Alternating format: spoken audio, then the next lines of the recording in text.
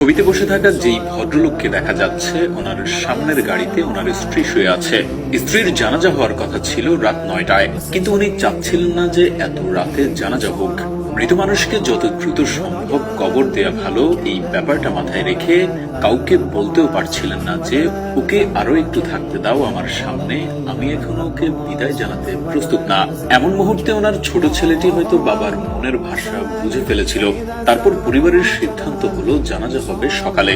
আরো কিছুটা সময় যেন স্ত্রীর পাশে থাকতে পারেন এই মানুষটি, যে সারা জীবন ভালোবেসেছেন এবং মৃত্যুর পরেও স্ত্রীকে একা ফেলে যেতে পারছেন না। সবাই চলে গেছে, রাতে কেউই পাশে নেই, কিন্তু ভদ্রলোক গাড়ির পাশে বসে আছেন চুপচাপ, যেন স্ত্রীর সাথেই কথা বলছেন। কোনো শব্দ নেই, কোনো কান্না নেই, শুধু একা নীরব সঙ্গ।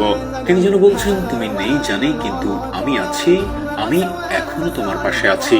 এটা কেবল ভালোবাসা না, এটা সঙ্গ, এটা প্রতিশ্রুতি, এটা এমন এক সম্পর্ক যেখানে মৃত্যুর সীমানা নয়। এই ঘটনাটা আমাদের শেখায়, ভালোবাসা মানে শুধু জীবনের সাথী হওয়া না, ভালোবাসা মানে মৃত্যুর পরেও সঙ্গী হওয়া, ছেড়ে না যাওয়া, পাশে থাকার অঙ্গীকার করা। আমরা সবাই জীবনে এমন একজনকে চাই যে শুধু জীবিত থাকাকালীন আমাদের ভালোবাসবে না, আমাদের অনুপস্থিতিতেও পাশে থাকবে, নিঃশব্দে, নিঃস্বার্থভাবে।